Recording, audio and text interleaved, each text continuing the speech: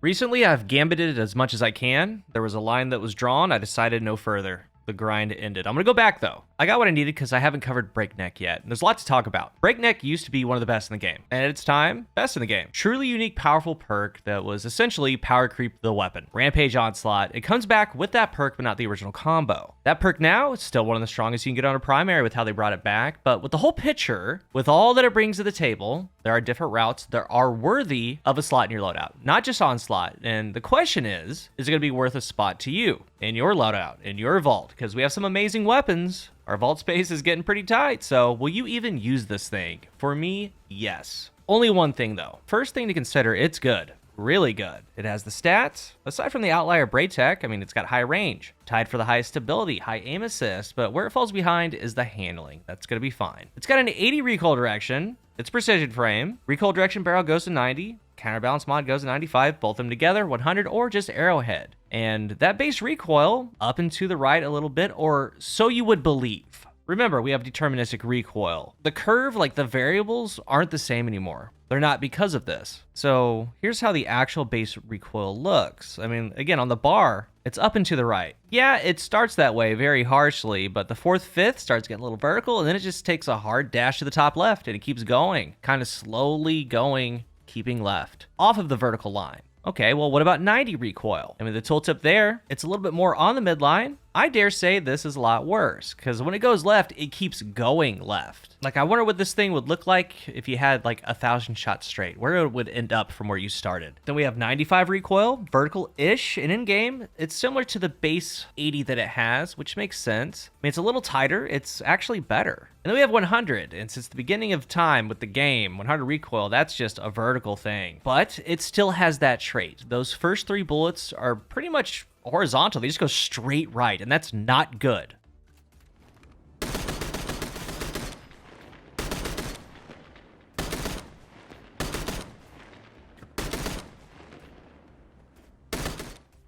That is not good, because if you're aiming center head, it's immediately going to trail off. It's going to want to come back, so that's not a good starting point. But even at 100, to compensate, you need to pull left. And having to control horizontal recoil is never a good thing. But you can level it out, or use their strafe or your strafe to compensate. In the end, though, I'm not a fan of this recoil. I mean, it really shows up at mid to longer ranges, and it feels bad. It feels real bad. Moving on. We have a mega perk pool, 12 perks in each node. Well, soon in each node. Target lock's coming soon, but one of the biggest chases for it is Onslaught. I mean, the rate of fire increases with each final blow, stacks 3 times, and still hidden, it adds reload speed for each stack. The RPM increase is as follows from base. We have that 450 base. Times 1, it goes to 540. Times 2, 630. Times 3 is 724.5.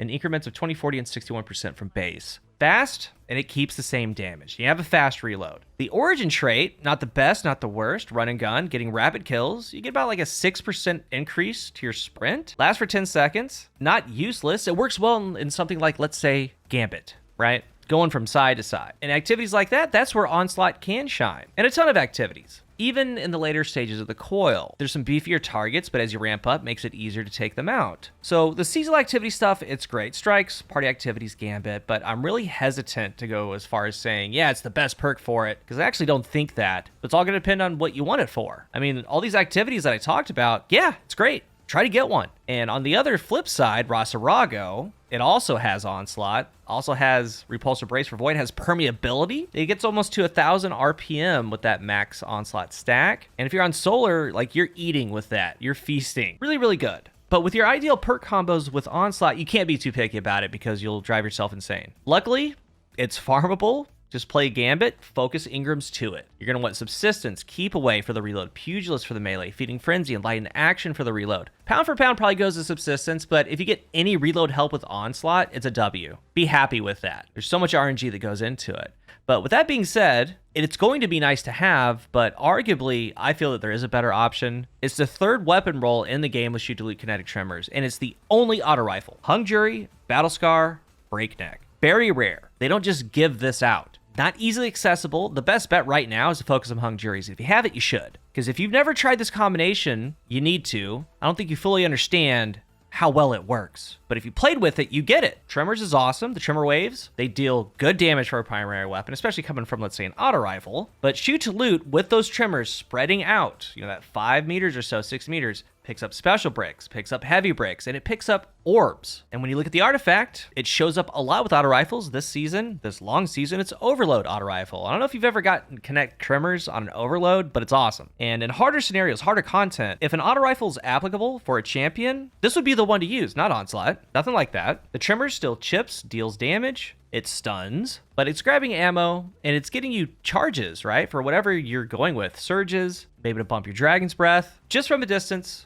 for free, shooting at something. It's awesome. This is the one. You can still round out your kit with Galley, Tractor, Dragon's Breath, whatever you want to do. Both are strong and both are warranted depending on what you want to do with it. Even if you just want it for both things. But with Breakneck, it's pretty special. I do put a lot more value, in Kinetic Tremor Shoot to Loot than Onslaught, but having both would be great. With its other perks, I mean, if something interests you, go for it, but I think that other weapons could do it better, other archetypes. And that could be as simple as the archetype itself, or even more simple as an origin trait being better, right? But if you find something you like, try it, go for it. As far as the Crucible, Onslaught isn't the answer, and I'll show you and tell you why. Like at ×1 Onslaught, it gives you a 0.66 TTK, which is nice. I mean, these have a 0.8 TTK at base for 450 auto, but 450s do really good with damage perks. I mean, Kill Clip, that's a 0.66. Maybe you use Breakneck. They do very well. When you look at Breakneck with what it has to offer, one perk stands out the most. That's Adagio. We talked about this in length with Firefright. Adagio is special on certain weapon types, and 450 autos is one of them. It makes you shoot slower, but it ups the damage by 30%. You get plus 10 range. It lasts for 7 seconds, can chain. So a roll like this, extended barrel, range masterwork, light mag, encore Adagio, after one kill, even if it's a body shot, it's at 100 range, and the cap of that is 37.2 meters. So while being at the 100 range cap, the TTK with Adagio is a 0.64. That's better than Kill Clip. That's better than Onslaught. That's better than Target Lock. It's better than all of them. It lasts longer and it chains. So Encore Adagio, Keep Away Adagio, Under Pressure, Dynamic Sway, that's the route that you want to go for this thing, for it to shine and do well. Ultimately, you don't have a say in the roll, so slot in best available, and I wanted to cover overall for this weapon your main interest. What this thing does special, what you should be looking for. As far as the Crucible, Adagio clears, again, it clears Target Lock, Tap the Trigger, most other perks. Or for you, maybe you do want to go Moving Target, Dynamic Sway, whatever it is, go ahead. But for me, in the current sandbox and the future sandbox, 100 range with a 0.64, very hard to pass up. PvE-wise, I personally won't be using an Onslaught roll too much. I mean, if the situation calls for it, but I would use Shoot to Loot Kinetic Tremors. I would use it pretty extensively. My Battlescar and Hung Jury, I use them all the time. So in my off time, I'm going to try to get it because I will use it. And that's the question for you. Will you? That's something I can't answer, but I do know, and I can tell you, it is warranted. It is special. It does things others can't, and you can't ask for anything more than that. For the Scorecard PvE,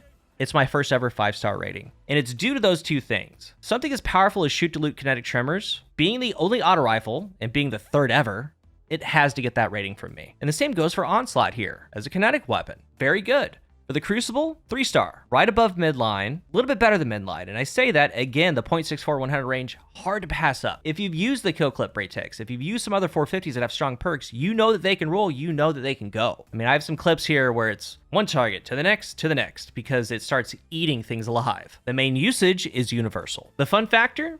I'm also going to put at a 5 because when you do get Onslaught going, there's very few things in the game that feel like that. And that was the same way back when it first came out. It's just something very fun to use. That goes for Shoot to Loot Kinetic Tremors too. I love that combination. I wish more weapons had it, but they're keeping it very, very exclusive and they're keeping it hard to get. The build flexibility is a 5, any character, any subclass, and then the must-have score. So this is one of the hardest scores to give because obviously, for me, there has to be a little bias. Things that I like about it, things that I don't like about it. The must-have part is always going to be up to you. But I rank this very high, like 4.5, possibly even 5. So I'm going to stick with 4.5, right there. And I've gone over it in this video. It's a very special weapon, but I'm not sure if you're going to use it. Only you know that. I currently can't bring myself to play more Gambit. I'm going to try again next week, but I will be getting Shoot to Loot Kinetic Tremors. And that means playing Gambit enough to where I keep ranking up, so I start getting double and triple perks, so I have more chances to get it. But when I do, I will use it. They did a good job bringing this one back. If you're new here, remember to hit the subscribe button. And if you are subscribed, thank you so much for your support. Let's talk about Breakneck down below. What roles do you have? What do you like about it? What do you not like about it? Let's talk about it in the comment section. Thank you for watching, and until the next one,